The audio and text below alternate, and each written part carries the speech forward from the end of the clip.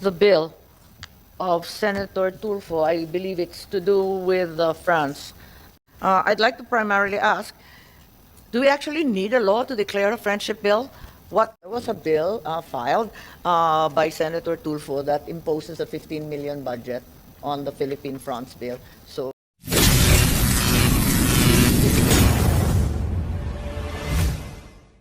we begin with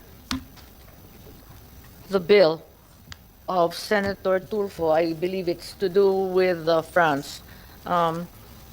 Perhaps before going into the detail regarding the various Friendship Day bills, I'd like to primarily ask, do we actually need a law to declare a friendship bill? What is the use of such a law? Shouldn't there just be a presidential issuance? In my understanding, other countries do not legislate friendship bills. So is this even necessary? DFA, please. Thank you, Madam Chairperson. Good afternoon again. Thank you for giving us the opportunity to present the position of the Department of Foreign Affairs. I am Asik Adrian Bernie Candelada. We want to give you an overview of the position of the Department of Foreign Affairs. By the way, online also present is our ambassador to Hungary, Ambassador Frank Simafranca.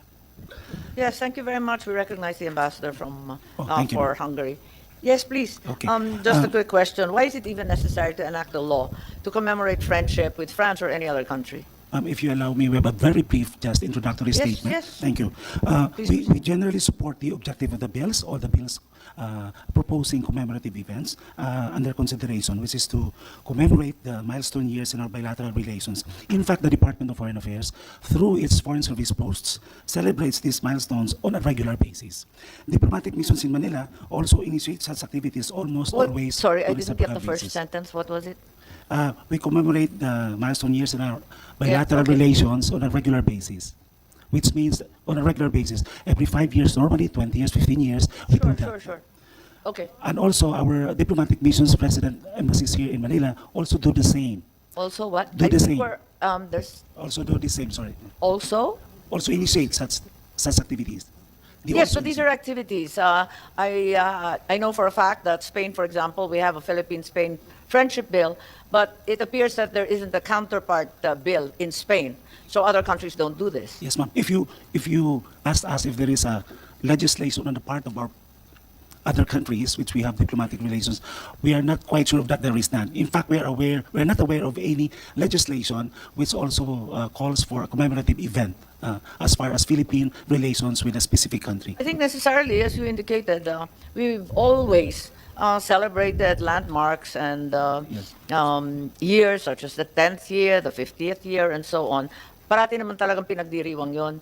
Pero kinakailangan pa ba isa batas ito? Our position is that it is not necessary through Okay. legislation, ma'am. That's correct. If you- And also that the other countries do not legislate the same.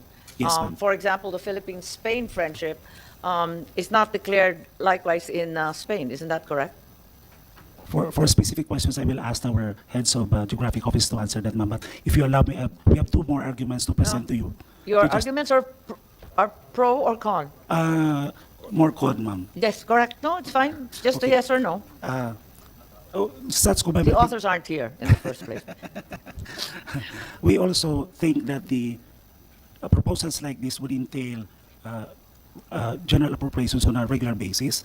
Yes, And there's a level of concern with can the be costly. first one, which is the Philippine-France one. It involves 15 million and also falls under one of the cultural affairs groups under the NHCP and not the DFA, which I thought was peculiar as well. In fact, for us, due to our tight fiscal policy, it is more prudent for us to do these things on not every year, but on significant years like 15, 20. That's correct. Yes, what I know is 50 years is usually the operative time frame, di ba? Thirdly, ma'am, we have also to take into consideration the political sensitivity of this proposal. Of course, other countries would ask why we are only doing this to several countries, not to others. So there is a political sensitivity component into this proposal. Yes, I think there's a level of concern with regard to the Philippine-Israel Friendship Day. This might not be the best time to do so, to pass such. For other questions, yes. For other questions, ma'am, we have the heads of our ASPAC, our Middle East and our European affairs to address some of the questions, specific questions. Thank you.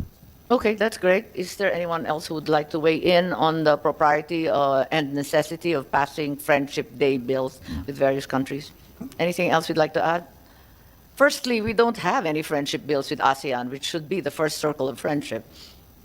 Wala namang ganun, di ba? So I'm a little curious as to the need for this. Sige.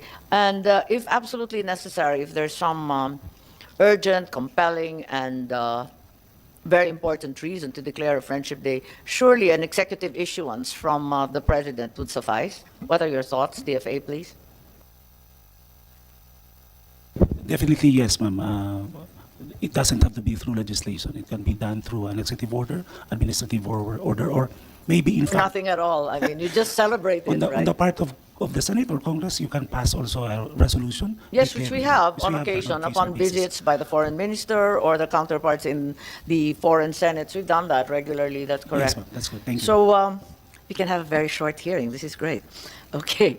So you're saying bills 1 to 8 may no longer be necessary. Coco, now the author is here.